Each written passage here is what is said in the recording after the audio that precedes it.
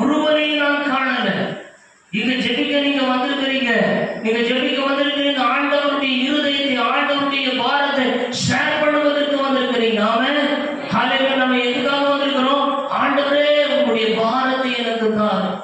என்ன சொல்ல வந்திருக்கிறோம்?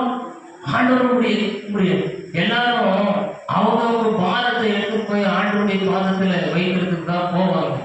ஆனா இரவு ஜெபத்துல வருகிறவங்க ஆண்டவருடைய பாரத்தை சுமப்பதற்கு வந்திருக்கிறவர்கள். ஆமென். ஹல்லேலூயா. ஆண்டவருடைய இருதய